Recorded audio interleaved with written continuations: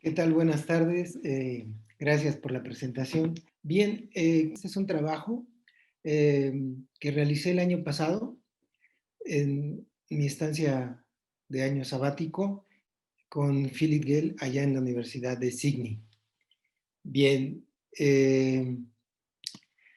yo trabajo aquí en el sur del país, en el estado de Oaxaca, y lo que nos impidió el COVID es no poderles compartir la riqueza cultural y la riqueza gastronómica, y así como las bebidas espirituosas como el mezcal, y para los visitantes que no, de muy lejos, del otro lado del charco, pues las hermosas y cálidas, muy cálidas playas. Bien, será para la próxima. Ok, la universidad pertenece al sistema de universidades estatales de Oaxaca. Sí, el sistema se llama SUNEO. Nosotros nos encontramos en la región de la Mixteca, en Oaxaca de León. El plan de mi trabajo es por qué los ácidos borónicos. En ellos se involucran procesos de autoensamble, procesos de autocomplementariedad que nos permiten construir estructuras supramoleculares. Y también la fuerza motriz de estos ensambles, de estas moléculas para obtenerlas, es a través de enlaces de tipo supramolecular.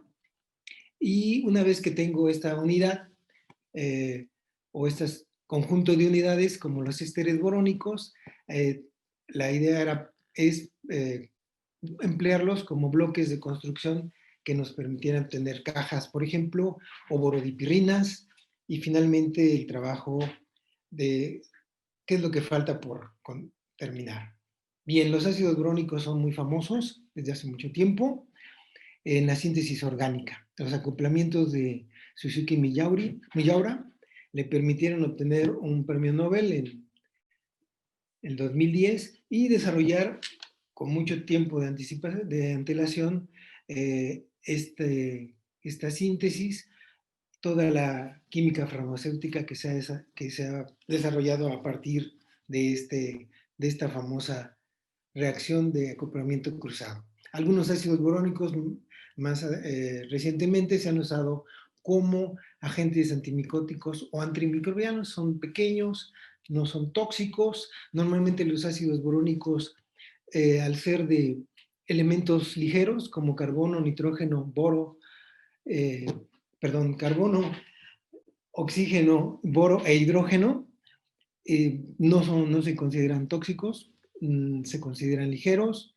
son fáciles de manejar, y su riqueza estructural se ve representada en este trabajo de Severin, donde muestra la riqueza estructural que se pueden obtener, se puede lograr a partir de ensambles supramoleculares, tanto macrociclos como lo que se llaman ahora COF, Covalent Organic Frameworks, cajas, jaulas, polímeros, etcétera.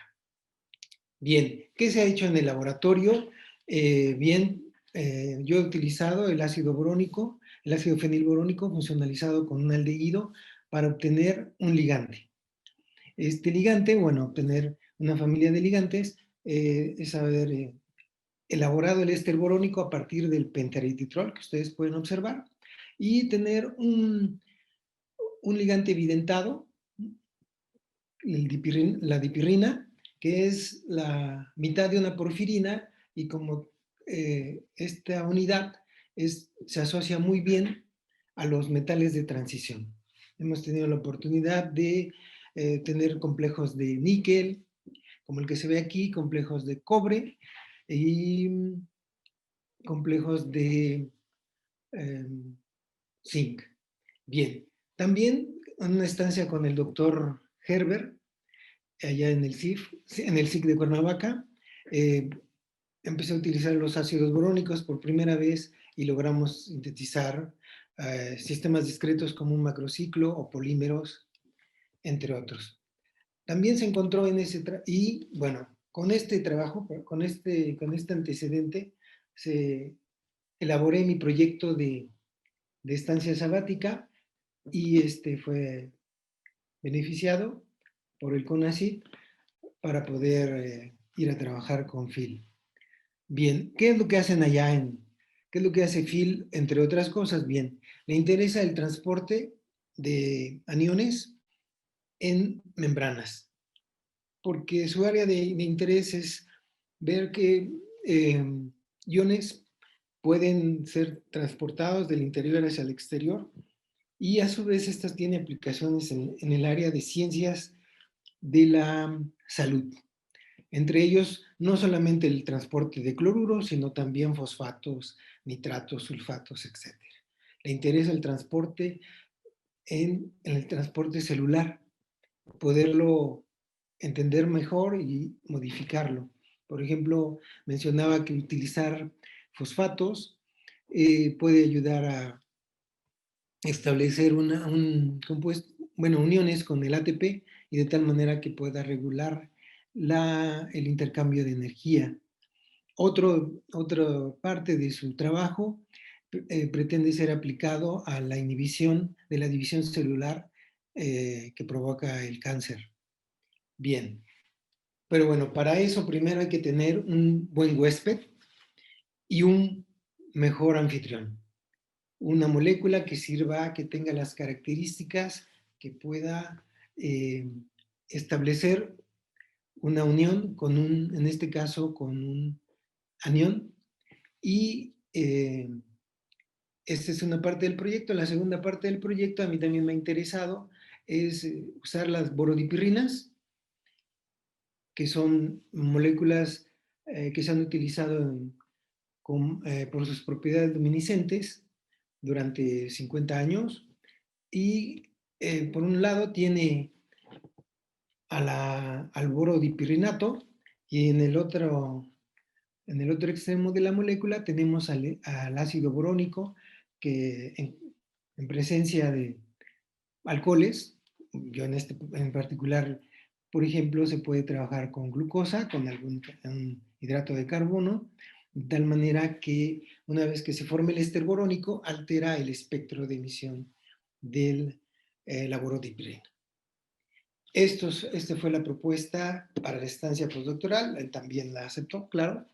Y bien, ¿en qué consiste? Bueno, pues se basa este trabajo en procesos de autoensamble, donde lo importante es obtener la estructura, claro, la naturaleza va a decidir la estructura termodinámicamente más estable y la fuerza motriz para obtener estas estructuras, estas arquitecturas supramoleculares es a través de enlaces supramoleculares. Como trabajamos con ácidos borónicos, bueno, pues nos interesa en particular para este trabajo el éster borónico y también otro enlace supramolecular de la imina, es decir, un carbonilo que reacciona con una amina. Existen otros enlaces supramoleculares que nos permiten tener arquitecturas, como por ejemplo la boroxina, también está presente en los ácidos borónicos. Bien, ¿cómo funciona esto de los enlaces supramoleculares en los ácidos borónicos? Por ejemplo, un ácido borónico con 3 unidades se puede autocondensar y eliminar agua y se forma un ciclo de 6 miembros constituido por 3 oxígenos y 3 boros, un sistema muy similar al anillo bencénico, cuyo nombre es boroxina.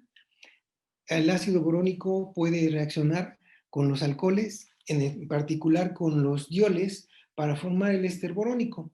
La estabilidad de este ciclo depende del número de miembros que contenga el anillo. Los anillos de 6 miembros son mucho más estables que los de 5 y los de 4. Bien. También forma aductos, se puede coordinar el boro con un ligante como el nitrógeno que le proporciona su par de electrones y por lo tanto adquiere una configuración, una esfera de coordinación tetraédrica, ya sea para las boroxinas o los ésteres borónicos. En el trabajo que realicé con Herbert Hofer allá en Cuernavaca, pudimos encontrar una molécula que también se puede autocomplementar, ¿Qué significa? El ácido 3-piridinborónico en diferentes condiciones nos da, se autoensambla, se autocomplementa y nos da tres estructuras distintas. La 1 es un pentámero, la 2 es un macrociclo y el 3, por ejemplo, es un polímero lineal. Se obtuvieron estructuras cristalinas y como pueden ver aquí en esta caja, el pentámero, que está formado a través de 5 unidades de boroxina y 15 moléculas del ácido 3-piridinborónico. Lo mismo cuando se combina con etanodiol, pues se obtiene un polímero lineal, y cuando se combina con alcohol tenemos un macrociclo. En el fondo tenemos dibujos de Escher en donde se aprecia la simetría. Y entonces en el mismo sentido es este bloque de construcción. ¿Cómo yo puedo, a partir de una unidad, como el ácido 3-piridinborónico, eh, someterlo a diferentes condiciones, es decir, y obtener distintos ensambles, de tal manera, por ejemplo, en el caso de esta mariposa, que está orientada en diferentes direcciones y con dos colores, poder formar una estructura supramolecular admirable, o un diseño como los que tiene Escher en su galería. Bien, basado en este trabajo, bueno, nos dimos a la tarea de hacer un bloque de construcción un poco de mayor talla, eh, a partir del pentereititrol, un tetradiol, con un ácido fenilborónico, con un aldehído que puede estar en la posición 4 o en la posición 3. Estos 4 son los que se obtuvieron en el laboratorio. Como pueden observar, los rendimientos son altos, son muy estables, son fáciles de obtener relativamente, pero también además nos permiten analizarlos, estudiarlos a través de la difracción de rayos X de monocristal. Entonces, bueno, pues esto también nos ayuda a poder estudiar la estructura supramolecular. Ok, la síntesis es como les mencionaba, tenemos una unidad de pentereititrol, 2 del ácido, por ejemplo, 3-formilfenilborónico, en dietiléter, a temperatura ambiente, agitación 24 horas después, tenemos un sólido que precipita, que es el éster borónico correspondiente con este rendimiento. Y una vez que tuvimos nuestros 4 ésteres borónicos, nuestros 4 candidatos a hacer bloques de construcción, lo probamos como un modelo. El modelo más simple para ver si podíamos obtener una imina, es decir, con la anilina, la molécula más simple que iba a servir de base para los diseños ya de moléculas discretas. Bueno, pues sí, en principio esta reacción también es generosa, tiene un rendimiento del 80%, y bueno, también tuvimos la fortuna de poderlo cristalizar y obtener una estructura cristalina. Bien, después de mucho trabajo ya en la estancia, recordando mis antiguos ya tiempos de estudiante de tesis de doctorado, yo fui el que realizó el trabajo, pude obtener 3 cajas.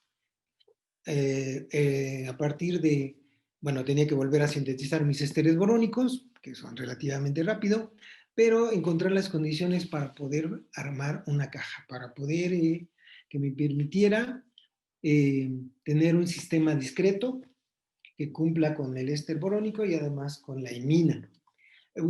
Solamente el éster borónico número 2 no me permitió obtener estas estructuras discretas. El rendimiento es aceptable, son sólidos blancos muy intensos. ¿Y qué sigue? Bien, según el protocolo en el grupo de Phil, bien, una vez que se tiene un sistema discreto, en este caso una caja, pero ellos trabajan mucho con macrociclos, sobre todo de derivados de ureas, se evalúan si son buenos anfitriones, si forman una interacción con aniones.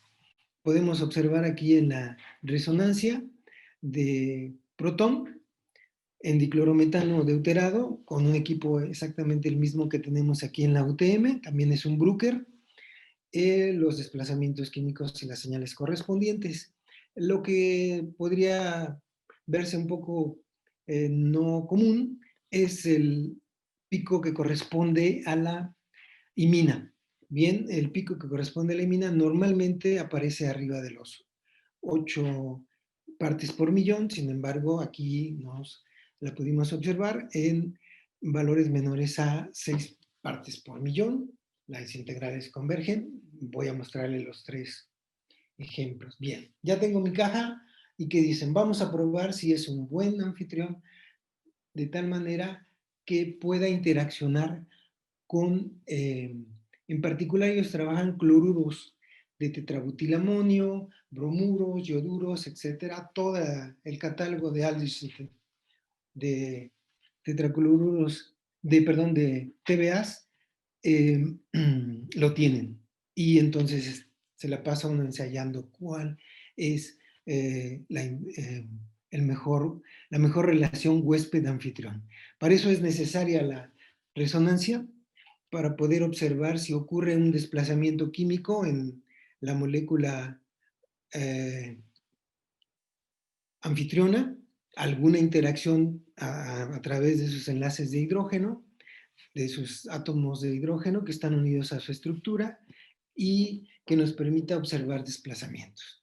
Yo continúo en el protocolo. El mejor disolvente, hago hincapié, es el diclorometano. Todos los demás no es muy soluble, inclusive en cloroformo su solubilidad es poca. Todos los demás disolventes polares, mi sólido es insoluble. Bien, ¿cómo se hace esta evaluación? ¿Cómo sabemos si hay una buena relación entre el anfitrión y el huésped? Yo probé con todas las sales que tenían de TBA, desde cloruros, bromuros, yoduros, fosfatos, sulfatos, nitratos, carbonatos, etc. Algunos otros sales metálicas, por ejemplo, magnesio, potasio, etc. Ver si se pudiera formar una interacción. Bien, después de hacer este barrido, las mejores resultados correspondieron al cloruro de tetrabutilamonio y también al bromuro de tetrabutilamonio. Sin embargo, voy a presentar únicamente el cloruro de tetrabutilamonio. Bien, siguiendo con su protocolo, me dicen sí, pero lo vas a tener que, no lo puedes hacer completamente en diclorometano deuterado, hay que hacer una mezcla con DMSO y no porque tenga yo aquí presente el DMSO, el disolvente relativamente más barato con respecto al disolvente deuterado más caro, sino porque el punto está en que las adiciones de equivalentes depende mucho de cuánto tiempo se tarde uno en estar adicionando.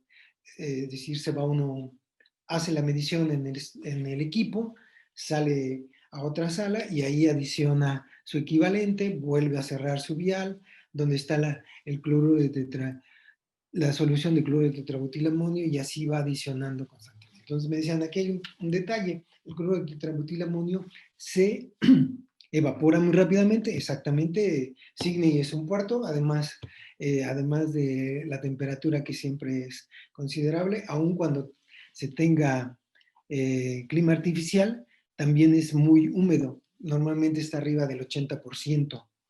Bien, ok, se observó una interacción con el enlace de la imina. El enlace de la imina en principio interacciona con el cloruro del cloruro de tetrabutilamonio con mi caja. De acuerdo.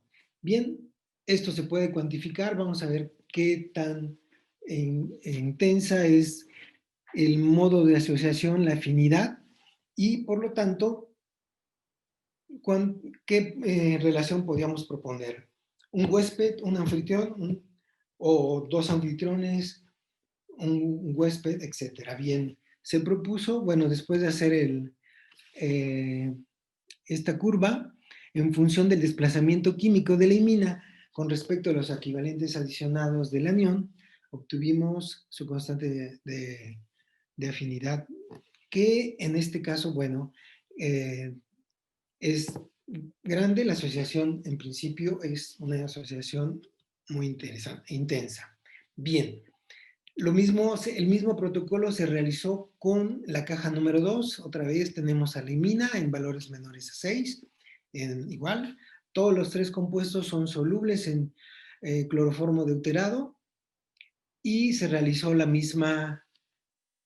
mismas condiciones las titulaciones con cloruro de tetrabutilamonio. También la otra es que ellos consideraban que debía de repetir las mismas condiciones. Después voy a mostrar por qué no estaba muy de acuerdo. Bien, ok, una mezcla 1 a 1 de diclorometano, dimetilsulfóxido. Ambos deuterados, y se observa, también tiene el mismo comportamiento, su curva. Ok, lo mismo ocurre con la caja número 3. Nuevamente ahí tenemos nuestra señal de la imina. Bien, se hace la titulación, ¿no?, con el mismo anión, en las mismas condiciones, y lo que podemos ver es la misma interacción con el protón de la imina. Bien. Se obtienen los mismos resultados a la hora de obtener su constante de asociación correspondiente. Sin embargo, aquí se desarrolla un, un debate. Si yo hubiera, cuando yo trataba en la ecuación con los datos de utilizar diferentes eh, modos, es decir, 2 a 1, 1 a 1, 1 a 2, los valores también eran altos. ¿Qué ocurrió? Bien, mi compuesto, que ya con un pie de regreso para México, una vez obtenido, a las 2 semanas, este compuesto ya no se podía disolver en diclorometano, y el único disolvente en el que se pudo disolver fue en dimetilsulfóxido. Bien, posteriormente, lo que vi es que tiene el perfil similar al de las titulaciones. Como conclusión, yo lo que observé es que el dimetilsulfóxido, como contiene agua, hace que mi compuesto se descomponga. Se vuelven a ver las señales del aldehído correspondiente, del éster borónico, así como múltiples señales de los aromáticos, etc. Pero en una situación de eh, agarré el compuesto, bueno, el compuesto que ya estaba en proceso de descomposición, y al someterlo a las mismas condiciones de reacción, únicamente disolverlo en el disolvente en el cual lo obtuve y someterlo en tiempo y temperatura, pude observar que se formó nuevamente el compuesto. Entonces, aquí esto es un poco raro, dado que normalmente se descomponen los compuestos de los ésteres borónicos y ácidos. Bien, se siguió con el protocolo. Vamos a ver si funciona como una buena caja. Aquí mi caja iba a ser una puerta que permita la entrada del nitrato y la salida del cloruro en estas condiciones. ¿Por qué se usan condiciones con disolventes polares? Bueno, porque los lípidos se disolverían en diclorometano o en cloroformo. Son condiciones fisiológicas. No tuvimos suerte, no hubo esta interacción. Aquí se debería de haber observado una pendiente lineal positiva, una línea positiva donde involucraría la presencia y el paso del nitrato y la salida del cloruro. Bien, continué con mi trabajo. Tuve la oportunidad de sintetizar 3 ligantes y hacer ensayos con trifluoro de boro para poder evaluarlo en su espectrofotometrómetro de luminiscencia. Bien, después de ya era el último momento de mi estancia, la última semana, y bueno, pues tuve 3 compuestos. El primero, durante la columna se descompone, se tiene el producto, pero tenemos otro producto no deseado. El segundo, tuve algún error y en la columna también, y me dio esta molécula. Y el tercero, bueno, pues ya terminé ya no pude purificarlo, sin embargo el perfil del crudo del el espectro de resonancia de protón me daba la información de que era el buen producto. Bien, ¿qué es lo que nos quedó? Bien, o que nos queda por hacer, en obtener, que es algo que está en curso en el laboratorio, la estructura cristalina para determinar cómo se asocia el cloruro en la caja, en cualquiera de las tres. Utilizar los macrociclos que yo ya había obtenido eh, previamente en mi instancia con Herbert y ver si también estos son buenos anfitriones. Ujú. Posteriormente o de manera simultánea, optimizar mi síntesis y poder probar eh, una vez que se obtenga otra vez el ácido de borodipirrina, poderlo eh, poner a reaccionar para formar el éster borónico con alguna azúcar, por ejemplo glucosa, y hacer su espectro de emisión.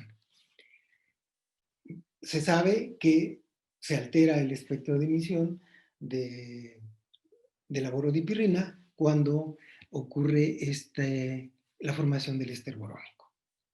Bien, no queda más que agradecerles a los organizadores, a las organizadoras por su eh, invitación, a la organización también del evento, también a la Universidad Tecnológica.